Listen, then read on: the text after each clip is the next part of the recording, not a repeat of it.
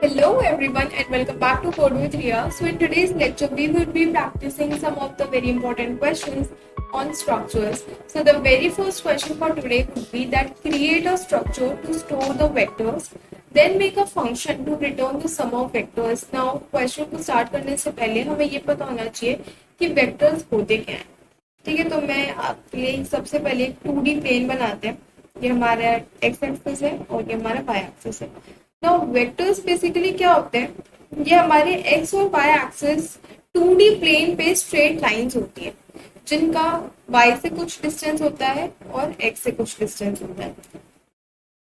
इसको नेम कर लेते हैं, इस डिस्टेंस को x बोल देते हैं और इसको अपन y बोल देते हैं. ठीक है.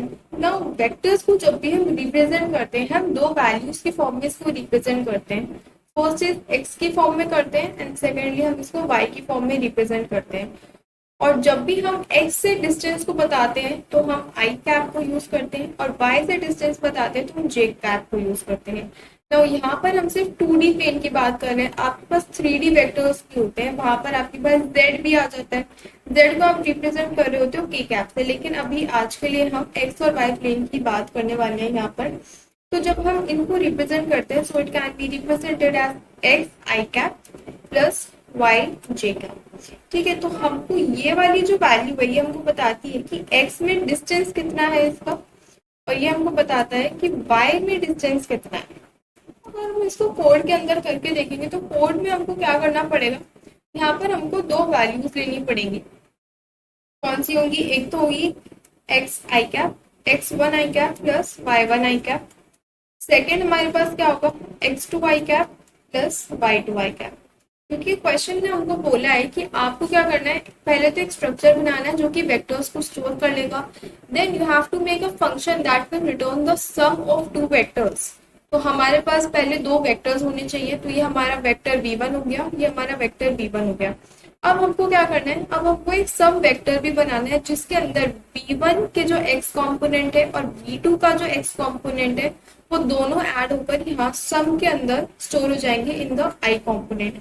ठीक है, तो अगर मैं यहाँ पे लिखूँ तो x1 plus x2, x1 of v1 plus x2 of v2 will be added and will be stored as an x component in the sum vector. Similarly हम यहाँ पर y के लिए करने वाले हैं y1 प्लस y2 और ये कहाँ पर स्टोर हो रहा होगा j कैप के अंदर.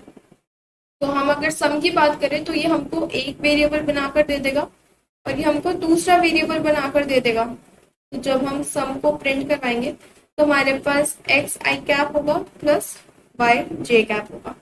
ठीक है, एक्स कैसे बना, हमारे पास एक्स बन रहा है X one plus X two से और वाई हमारे पास बन रहा है Y one plus Y two से. ठीक है, इसको एक बार हम कोड के अंदर करके देखते हैं तो बेटर अंडरस्टैंड होगा.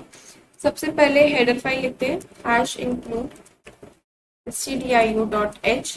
अगर आप ये कोड टर्बो सी के अंदर करवा रहे हो तो आपको यहाँ पर ponyo.h get ch and clear screen को भी इंक्लूड करना मस्ट होता है.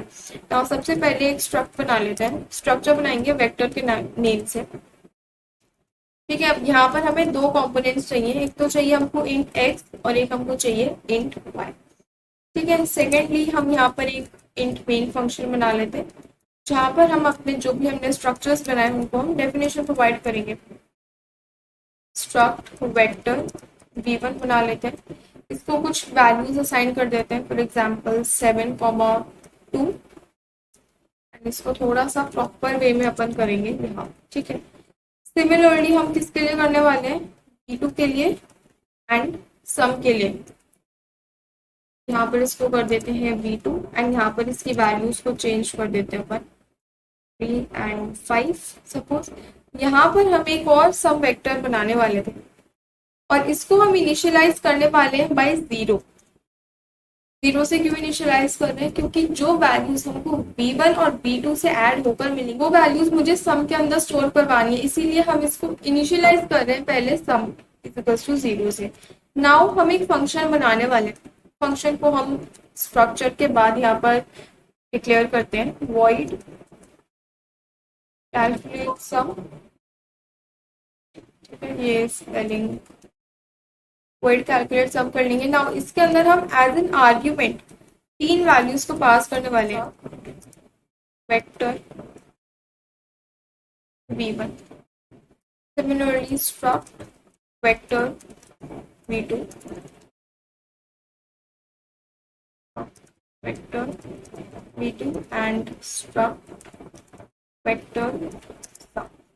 ठीक है, अब इस बात का यहाँ पर एक बात का आपको ध्यान रखना है कि हम जो ये फंक्शन को डिक्लेयर कर रहे हैं ये हम स्ट्रक्चर के बाद डिक्लेयर करेंगे, क्योंकि अगर आप फंक्शन को स्ट्रक्चर से पहले डिक्लेयर कर दोगे तो आपने अपने फंक्शन के आर्ग्यूमेंट के अंदर स्ट्रक्चर को यूज करा हुआ है एंड कंपाइलर फिर आपको एरर दे देगा। वो ये बोलेगा कि भाई आपने जो यहाँ पर स्ट्रक्ट बना रखा है ये तो है ही नहीं कोई प्रोग्राम में, क्योंकि कंपाइलर को पहले तो पता ही नहीं चलेगा ना कि आपने यहाँ पर एक स्ट्रक्ट भी बना रखा है जब तक आप पहले स्ट्रक्ट को डिक्लेयर नहीं करोगे।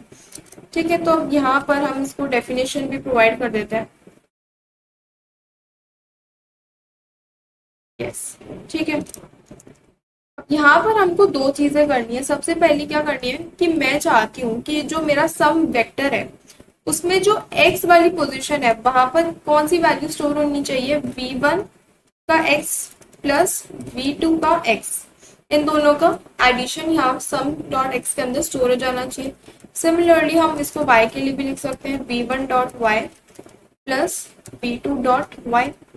ठीक है, तो x कंपोनेंट हमने क्या करा, सम के x के अंदर स्टोर करवा लिए और y के कंपोनेंट हमने सम के y के अंदर स्टोर करवा लिए। नाउ यहाँ पर एक बात का ध्यान रखना कि जब हम सम डॉट y कर रहे हैं, सम डॉट x कर रहे हैं, तो हम इसको कैलकुलेट सम के फंक्शन के अंदर ही हमको इसको प्रिंट करवाना पड़ेगा। ऐसा क्यों, क्योंकि हमने स्टार्टिंग के अंदर पढ़ा था कि जो स्ट्रक्चर्स होते हैं उसमें जब भी हमारे पैरामीटर्स पास होते हैं तो वो कॉल बाय वैल्यू से पास होते हैं, ना कि कॉल बाय रेफरेंस से। तो अगर कॉल बाय वैल्यू से पास होंगे तो हमारे पास यहाँ पर जो वैल्यूज है हमको वही मिल जाएंगी, क्योंकि ये वाली वैल्यूज तो ऊपर जाएंगी ही नहीं। तो इसीलिए हम यहाँ पर क्या करेंगे, इसको यहीं पे प्रिंट करवा लेंगे, print F sum is sum of X is percentage D, backslash N लगा देंगे। एक्स के अंदर मुझे क्या करवाना है, सम डॉट एक्स की वैल्यू जो भी होगी वो यहाँ पर स्टोर हो जाएगी। सिमिलरली हम यहाँ पर y के लिए भी कर सकते हैं। यस, तो यहाँ पर इसको y कर लेंगे अपन और सम डॉट y आ जाएगा। नाउ इसको कॉल भी करवाना पड़ेगा सबसे पहले, इधर कैलकुलेट सम, इधर अपन वैल्यूज पास करने वाले हैं v1 v2 सम की, लास्ट के अंदर कर देंगे रिटर्न 0 एंड प्रोग्राम पर एग्जीक्यूट कर। सो यहाँ पर हमारे पास आउटपुट आ गया that the sum of x is 10 and sum of y is 7। अब इसको हम एक बार क्रॉस चेक भी कर लेते हैं। v1 का जो x कंपोनेंट है that is 7 over here and v2 का जो x कंपोनेंट है दैट इज 3 ओवर हियर। तो जब मेरे पास सम डॉट x के अंदर वैल्यू स्टोर होगी वो 10 होगी, बिकॉज 3 प्लस 7 इज 10। तो हमारे पास सम ऑफ x इज 10 आ गया। y कंपोनेंट की बात करें तो यहाँ पर 2 प्लस 5 होगा जो कि सम डॉट y के अंदर स्टोर होगा, दैट इज y। तो हमारे पास क्या हुआ, जो हमने सम वेक्टर बनाया उसका x कंपोनेंट भी हमको मिल चुका है एंड y कंपोनेंट भी हमको यहाँ पर मिल चुका है। So I hope that you are able to understand this type of a question. ये आपकी लॉजिक बिल्डिंग के अंदर बहुत ज्यादा हेल्पफुल होता है। नाउ अब क्वेश्चन आता है कि हमको ये वेक्टर्स के क्वेश्चंस करने क्यों पड़ रहे हैं, why do we need to do this, क्या हम प्रोग्रामिंग के अंदर कभी इसको यूज भी करते हैं? तो बिल्कुल हम इसको करते हैं। जब भी हम कभी कोई भी गेमिंग एप्लीकेशन बनाते हैं, फॉर एग्जांपल कोई भी ऐसी एप्लीकेशन है जिसके अंदर हम फायरिंग करवा रहे हैं, या फिर एंग्री बर्ड्स गेम बहुत ही कॉमन है, हम सब ने खेला ही है। तो उसमें क्या होता है कि जो बर्ड होती है उसको किस वेलोसिटी से हमको फेंकना होता है, वो वेलोसिटी हम वेक्टर्स की फॉर्म में कैलकुलेट कर रहे होते हैं। ऑल्सो एक पॉइंट है यहाँ पर नोट करने के लिए कि जो वेक्टर्स होते हैं इनके पास डायरेक्शन भी होती है प्लस इनका खुद का मैग्नीट्यूड भी होता है। अभी यहाँ पर थोड़ी सी फिजिक्स आ गई, पर हम कोडिंग में क्या कर रहे होते हैं, जो भी हमने थियोरी के कॉन्सेप्ट्स पढ़े हुए होते हैं, न्यूमेरिकल के कॉन्सेप्ट्स पढ़े हुए होते हैं, उसको बस हमको कोड के अंदर रिप्रेजेंट करना आना चाहिए। ठीक है, तो कुछ गेम्स होते हैं जिसमें फायरिंग करवानी होती है, कौन सी डायरेक्शन के अंदर किस एंगल पे फायर होना चाहिए ताकि वो टारगेट को हिट कर जाए। तो ये सारी चीजें हम किससे समझते हैं, वेक्टर से। Question is that we have to create a structure to store the complex numbers. अब कॉम्प्लेक्स नंबर्स हमारे पास वो नंबर्स होते हैं जिसके अंदर रियल पार्ट भी होता है प्लस इमेजिनरी पार्ट भी होता है। इमेजिनरी पार्ट में हम आयोटा भी लिखते हैं, आई हम लिखते हैं, कि हमने 11th 12th के अंदर बहुत बार मैथ्स के अंदर पढ़ा हुआ है। ठीक है, तो ज्यादा उसमें नहीं घुसते हैं। कॉम्प्लेक्स नंबर्स हमारे वो नंबर्स होते हैं जिसके अंदर एक तो रियल पार्ट होता है और एक इमेजिनरी पार्ट होता है। इसका मतलब हमको एक स्ट्रक्चर बनाना है जिसके अंदर हम क्या कर सकते हैं, हम एक तो बना सकते हैं अपने लिए रियल पार्ट और एक बना सकते हैं इमेजिनरी पार्ट। ऑल्सो जो हम real number and imaginary numbers को जो वैल्यू असाइन करेंगे हमें वही वैल्यू मिल जाएगी। नाउ एक बात का ध्यान रखना कि जब भी हम कॉम्प्लेक्स नंबर्स लिखते हैं तो इसका एक नोटेशन होता है लिखने का। सबसे पहले हम रियल वैल्यू लिखते हैं, उसके बाद हम इमेजिनरी वैल्यू को यहाँ पर लिखते हैं। एक बार इसको कोड पे करके देखते हैं। सबसे पहले हेडर फाइल एंड stdio.h, ठीक है। नाउ यहाँ पर क्या करेंगे, सबसे पहले एक स्ट्रक्ट बनाते हैं, स्ट्रक्ट कॉम्प्लेक्स। इसके अंदर हम दो वैल्यूज लेंगे, रियल नंबर बना लेते हैं और एक बना लेते हैं इंट इमेजिनरी नंबर्स, ठीक है। अब इंट मेन सेक्शन के अंदर इन दोनों को डेफिनेशन प्रोवाइड करते हैं। इंट मेन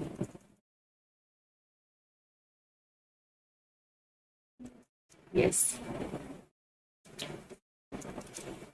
तो सबसे पहले यहाँ पर लिखेंगे स्ट्रक्ट कॉम्प्लेक्स एंड नंबर 1 ले लेते हैं इसका नाम, क्योंकि हमको दोनों की दोनों वैल्यूज एक ही नंबर के अंदर स्टोर करवानी है। आप कोई और नेम भी ले सकते हो। इसको वैल्यूज दे देते हैं 3,5, तो थोड़ा सा प्रॉपर वे के अंदर यहाँ पर करवाएंगे। नाउ हमको क्वेश्चन के अंदर क्या मेंशन करा हुआ है कि ये हमको एरो ऑपरेटर को यूज करके करना है। तो एरो ऑपरेटर के लिए हमको जिस तरीके से इसको यूज करते हैं, फिर हमको यहाँ पे वो वेरिएबल लिखते हैं जिसकी भी वैल्यू हमको चाहिए होती है।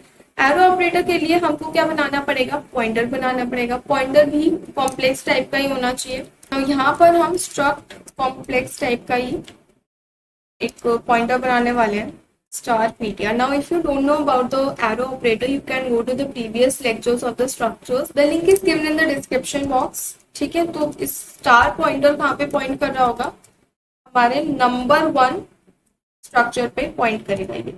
तो यहाँ पर हम इसको प्रिंट करवा देंगे, printf real part is, यहाँ पर हम डायरेक्ट वैल्यू को ही प्रिंट करवा देते हैं, %d\n लगा देते हैं। यहाँ पर हम क्या करेंगे, ptr कहाँ पे पॉइंट करना चाहिए, सबसे पहले पॉइंट करना चाहिए रियल नंबर्स, तो वो लिख देंगे। सिमिलरली हम इमेजिनरी पार्ट के लिए भी यहाँ पर लिख सकते हैं, एंड पेस्ट, यहाँ पर अपन लिख देते हैं इमेजिनरी, एंड यहाँ पर रियल की जगह पे इमेजिनरी आ जाएगा। लास्ट के अंदर return 0 and execute the program. Okay, so the output is that the real part is 3 and the imaginary number over here is 5. हमने भाई यहाँ पर वैल्यूज प्लेस कर रखी है। अब हमने अपने कंपाइलर को ये नहीं बताया कि हमको सबसे पहले कौन सी वैल्यूज चाहिए।